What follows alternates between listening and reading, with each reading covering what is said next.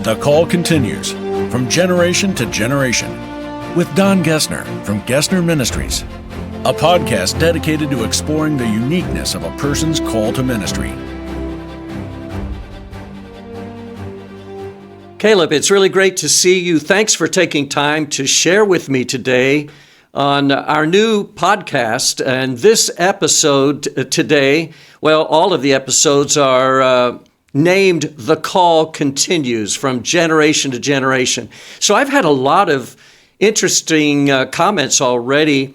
Some are probably more entertainment value because they're interested in the person sharing their call. Others have said to me that, man, this is inspiring, especially because I'm in ministry or I'm starting in ministry, and so it has certain levels of value to it that I'm really excited about. So I just wanted to take a few minutes today and interview you about your call. Now, before I do that, though, I just want to give the people a bit of a background. It was just a few years ago that I met you for the first time when we were doing a camp meeting in Southern Ohio, and you were the Bible teacher. And man, that was a wonderful time that we had together there during that week, and loved what you shared. I loved it so much, I came back to the church where I'm on staff and shared that with our lead pastor, and it ended up that we've had you here at our church a number of times to do Bible studies, and man, we have had a tremendous time with you, and what an impact it has been. But today, I wanted to explore the call with you, your call. And so, but before we do that, give me a little bit about your professional background, would you?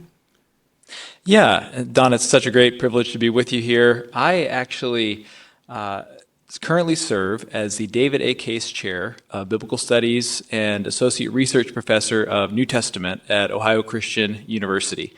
I'm actually going on my 8th year here, so it's hard to believe that it's been that long, but it's been a great time here. I love serving at OCU and being able to serve the broader Wesleyan holiness movement from here. And I'm also an ordained minister in the Church of the Nazarene, and loves serving our churches wherever I can.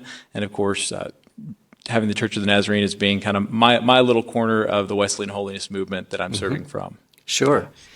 Well, I wanted to ask you today, how did you get your call to ministry? That's a great question. I think from a young age, I had a strong sense just from my parents that I needed to consider ministry as a significant part of my life, whatever that looked like, whether that was going to be vocational ministry or avocational ministry, you might say. So my parents really raised me and my siblings to have this strong sense that God had a purpose for our lives and he had a mission for us to go on. And the question was just, what was that mission going to be like? Where was it going to be? What was it going to look like? So I always knew that ministry was going to be a big part of my life. And it was mainly just figuring out in what capacity that was going to be true. So when I went to college, I went to Asbury University, and I had a sense then that I wanted to do something in ministry, but I wasn't sure exactly what. I had the opportunity to take some ancient languages and biblical languages like Latin and Greek and Hebrew in junior high and high school, and so I knew I had some linguistic abilities, and I didn't have a strong sense, though, in terms of a call toward, say, pastoral ministry or something like that. My dad was a seminary professor and a Nazarene pastor, and I always saw the pastoral call as sort of being his thing, and including the preaching and all that, and not so much something that I felt called to at the time. So when I went to Asbury, I was trying to figure out, what do I major in? And I didn't feel like Christian ministries was exactly where to start, or Bible and theology. That wasn't quite the kind of call that I was feeling at the time. So I just went with something that I felt like I already had some skills in, which was ancient languages, and with the biblical languages emphasis. And that's where I started. And honestly, I just pursued that for the love of study, and picked up a music minor along the way, so did some voice training and things like that there. So I just continued through that, but I got to my junior year and I didn't really know exactly what I was going to do with that kind of degree once I came out. I was just sort of your classic liberal arts student, right? Come in and just try to become a well-formed person. Sure. Right? And not necessarily having to figure out exactly what the end game was. But at the time, Asbury had a program called the Initiative Grant. And that was basically a grant that you would apply for, and if you were awarded it, they would pay up to, I think, $10,000 of whatever international internship you wanted to do for 5 to 8 weeks, typically over a summer. Sure. And so I'd wanted to do this program for a while just because I thought, wow, what a great opportunity. And so I started trying to develop a plan for what I was going to apply with to try to do this. So I actually had developed a plan to go to Argentina and do some university ministry there with a friend. And about a week before the grant application deadline, my friend let me know that he wasn't going to be able to do the trip. And we had a very interdependent kind of plan. So the fact that he was not doing the Argentina thing meant that I wasn't going to be able to do it either. And so I was just casting about trying to figure out what in the world do I do? Because to apply for this grant, you had to actually have a plan. And you couldn't just say, this is a hope that I have. You had to have a budget and be approved by an organization. So I was just kind of distraught thinking, well, I'm going to miss this opportunity and won't be able to do it. But the Lord just providentially opened up an opportunity to go to India, like just in a couple days after that one opportunity fell through. My dad had a former seminary student who was from India, had come and gotten his education here and gone back to India, and had started an organization called Gospel Friends.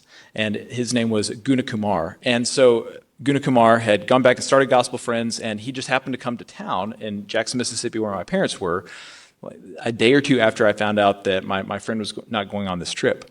And so he came over to my parents' house for lunch, I believe, and my dad just asked him, hey, Guna, do you have something that Caleb could do this summer? And he said, actually, we need somebody to teach Greek and Hebrew at our Bible college. And so because he was the head of the organization, it was very easy to get all the approvals done and get a budget made. And so in less than a week, I actually created a new plan and was able to apply with that, and it was awarded the grant. So the Lord just opened that door to go and do something that I was very qualified to do, but actually something I'd never done before. Sure. So I'd never taught before, but now I was going to go teach Greek and Hebrew. And that really made me ask questions about, why do you need to learn these languages? What's the benefit, right? Because I'm going to be teaching this to others. So it really made me think hard about that. So I spent about the first month or two of the summer after I got done with the semester getting ready to go to India and teach Greek and Hebrew. And then it did go from, it was basically parts of June and July that I went for about 6 weeks and taught Greek and Hebrew in southern India. And it was through that experience that the Lord really began to call me in the direction that I've ended up going with my life. And here's what happened.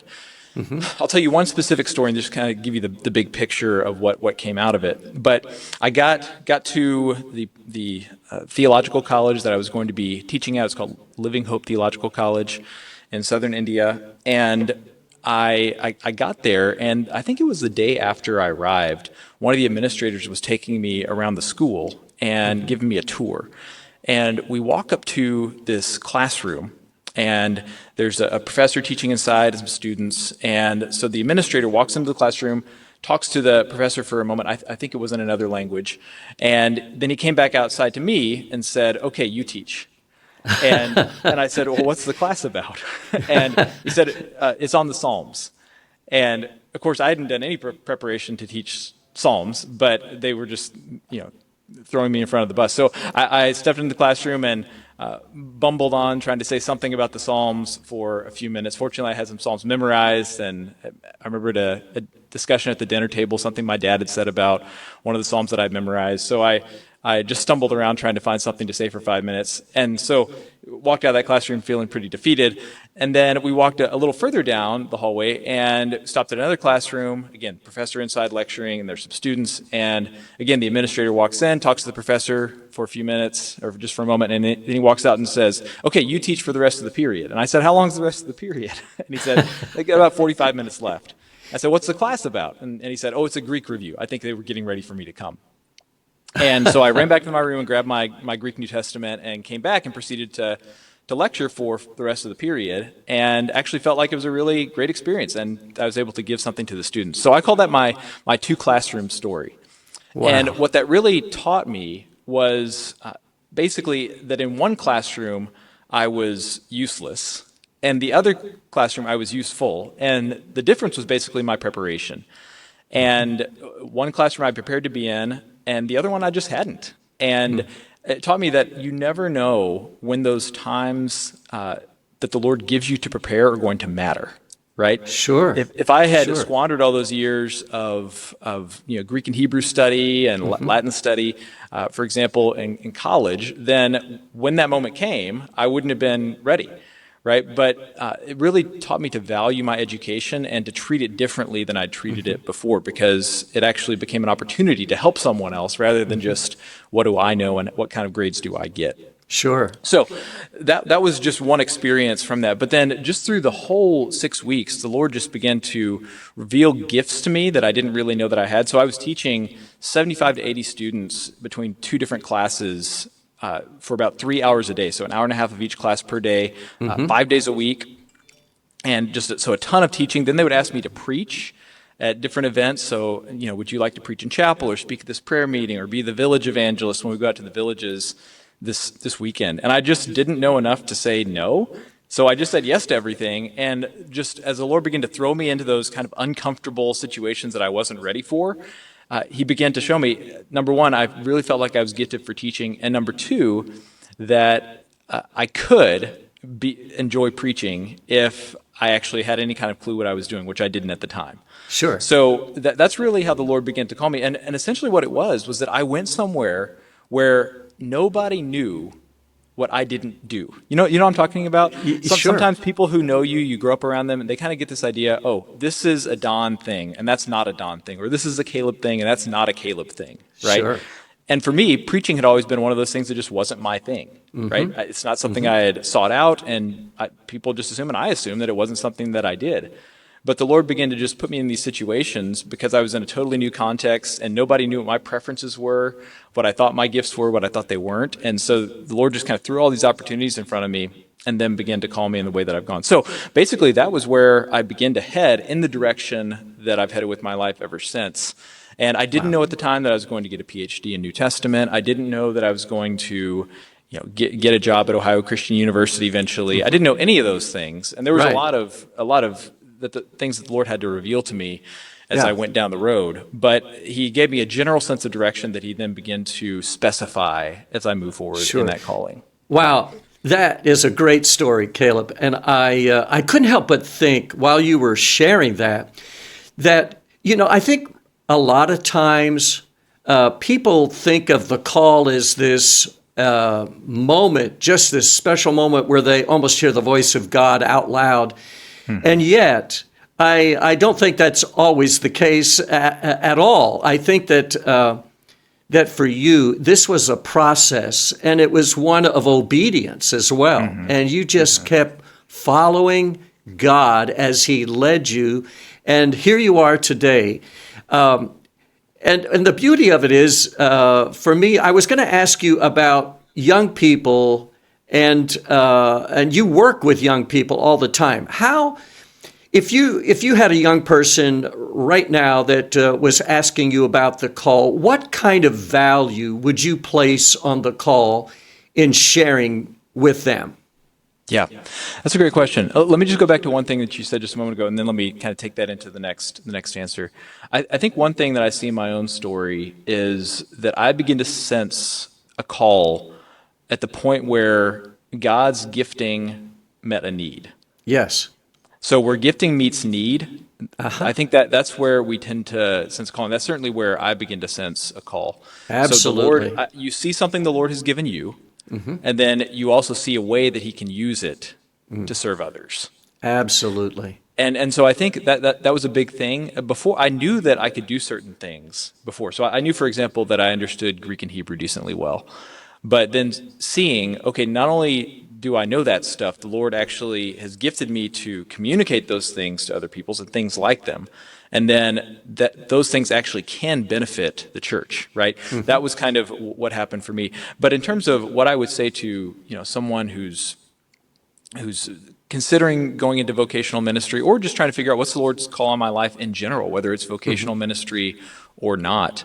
I think it is incredibly important. And one way I saw that in my own story was that when I went back to college for my senior year after that experience, I went back a different kind of student. And I was a good student before. Like I was diligent, I put in the time, and I tried to be a really good steward of what the Lord had given me. But Yes. I went back with a different sense of purpose when I returned from my senior year after having that experience the summer before. So I think it gives a different kind of purpose when you finally get a glimpse of what the Lord wants to do with your life and the direction that He's calling you.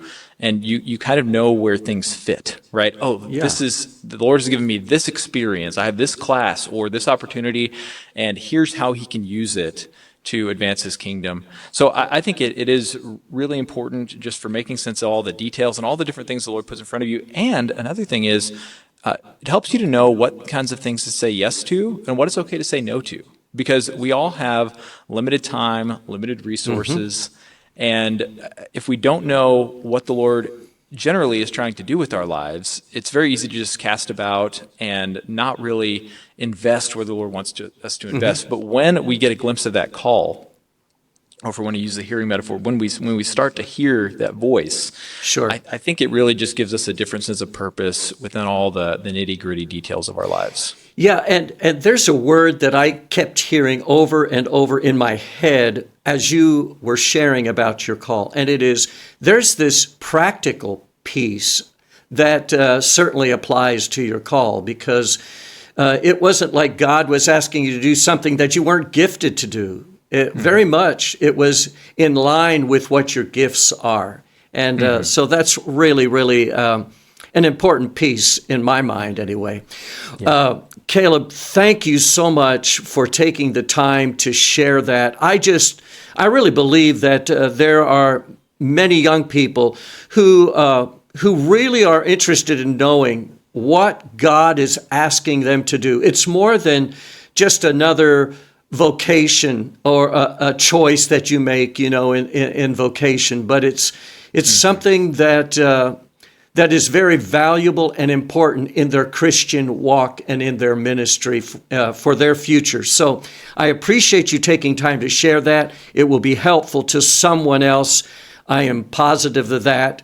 But before you leave, I want to flip back a moment because I said that we met you at Ohio, there in Ohio, Southern Ohio, at a camp.